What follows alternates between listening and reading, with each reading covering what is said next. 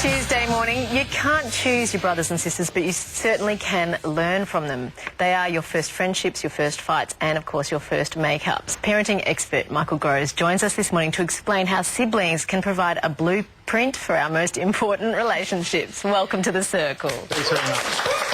Now, first of all, what are the reasons why siblings fight so much? Probably the simple answer is because you've got more than one child. It's, sibling fighting comes with the territory. Families are very much a jungle, and I think kids are actually pretty much default mechanism is to fight. So they're domestic anarchists by nature, but fortunately they come with a pretty good set of peacemaking skills. What are they fighting about? Well, research tells us actually the number one thing that kids fight about is property and possessions, which is, this is mine, and it's all very much that territorial stuff. Second is fairness, and that notion of fairness is not so much that mum and dad's favouring me, but it's more that the notion of relationships is very much reciprocal. I lend you my toy, but you didn't lend me mine, yours, and so they often fight around that issue as well. Why are our sibling relationships so important to what happens later in life in our relationships? We learn to fight in our family, and we often, really underestimate the impact of the early years and our siblings. We all, right now I'm introduced as the parenting person, and we all talk about parenting, but we underestimate the impact of the sibling relationship. It's one which lasts for life, it carries a lot of emotion, and also we learn a hell of a lot from our siblings. We learn how to resolve conflict. We also learn how to make friends. We also learn how to nurture and look after other people as well. So we learn a lot from our siblings. And if you go back, a number of different decades when we had bigger families, it wasn't actually parents who brought you up. It was often kids who brought each other up and really influenced each other. So there's been quite a shift as our families have shrunk. We've often forget the impact of siblings on each other. Okay. And also, while our families have shrunk, sibling rivalry is impacted, because if you've got two kids, 100% of your rival sits across the kitchen table every morning.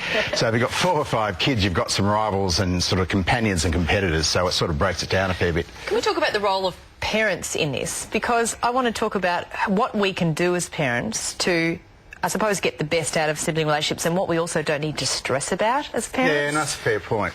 I guess, look, rivalry does come with the territory. Families are fairly competitive by nature, so don't get too hassled about that. There's some things we do as mums and dads which will increase the rivalry. One is when we compare one against the other, and we often do it out of frustration or pride. Oh, why don't you do your homework like your sister? Or fantastic, and you got the one who's not so fantastic sitting over there going, maybe that's not me. So that's one thing, just be aware of that. Don't be a high praise family. High praise families are those who put kids on pedestals for different things. So if you put them on pedestals for different things, they'll compete. Oh dear. And kids are niche marketers. They sit back and they look and go, well, I can't be the academic one. Mum and dad go ape over the academic one, so I'll do well enough at school to keep them off my back, but I'll do well in another area. So you don't pick the best one and leave the other kids just over to the side? Because that might make you a bit of money when they're older, no? Well, that's true.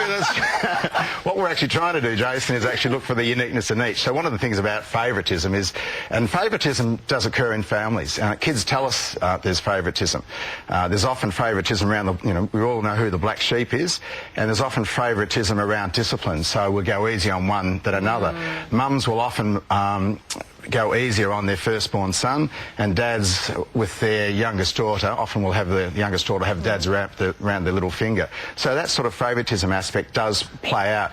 It doesn't matter so much if you do have favourites, but you don't show it. No. And so what you need to do is play to kids' strengths. So if because my 12-year-old, because I've got a 12-year-old and a 5-year-old, my 12-year-old is always thinking that the 5-year-old's getting a better deal all the time. Because he's not a baby anymore, but he's always seen as the little baby, And that's so what the 12-year-old goes, God, he gets everything. It's not fair. He's playing catch-up all the time, always playing catch-up. And that's what happens within families, and particularly with boys, often competitive, and sometimes that notion, that competitive nature actually makes kids do well. I'm going to try harder.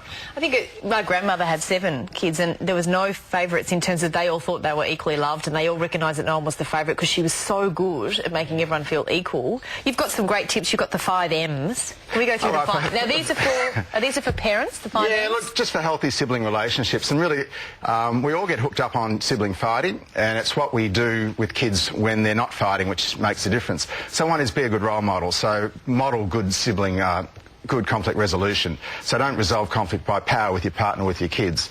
The gold medal is compromise. What do you mean by power? Resolving? No. You know, you get your own way. Because I said so. Because I said so. Yep. It can be yelling, it can be shouting, it can be all different ways of showing power.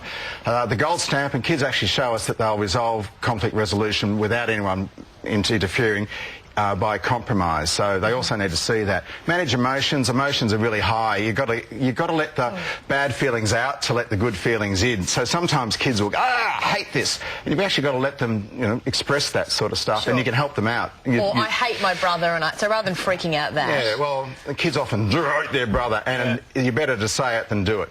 And that's that notion of nothing's so bad in the family you can't talk about it, but there are actions you can't do. Monitor sibling relationships. Monitoring, keep your eyes and your ears open for what's happening out there. Don't always interfere. Mentoring is actually just means that you try and assist kids to solve some of their issues themselves. Often we just go in, and break it down for them and split them up. Sometimes you can go in there and give them some ideas. And the last is actually make-up. One of my favourite things I actually said to my kids when they would harm their relationship with their sibling was actually, what are you going to do about this? How will you fix this? Yep. So look for mending the bridges. With a little tackle, it might be give your brother a hug.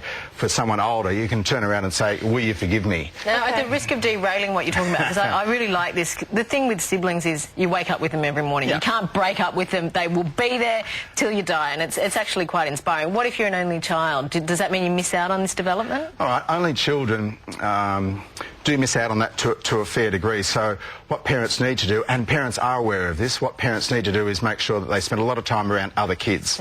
So have sleepovers, go to parties. What they need to learn is they need to learn how to share. They also need to learn how to fight. You know, elbow your way in around whatever it is. So in some ways it's actually to compensate for the onlyness by bringing other kids in. Yeah, and I do notice with my friends who are only children, they really do invest in their friendships beautifully. They do. Is it the end of the world if you have two kids that, say if you've got a family of 5, that just don't get along? And it's not like into adulthood?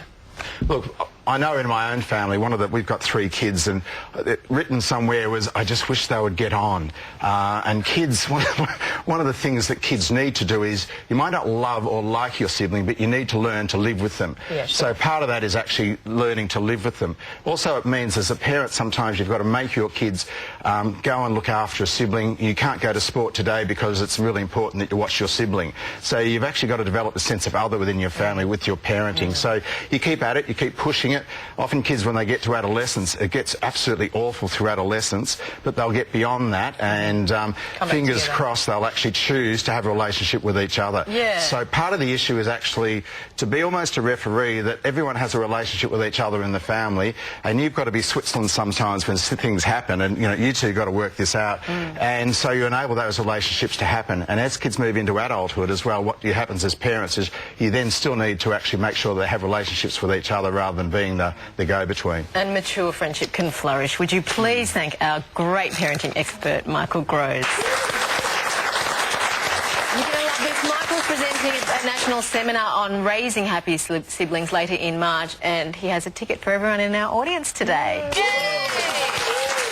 Now, I love a good meal to start the day, and up next we're going to be showing you some circle ideas for the perfect brekkie. Stick around for that and loads more. You're watching The Circle. That was great.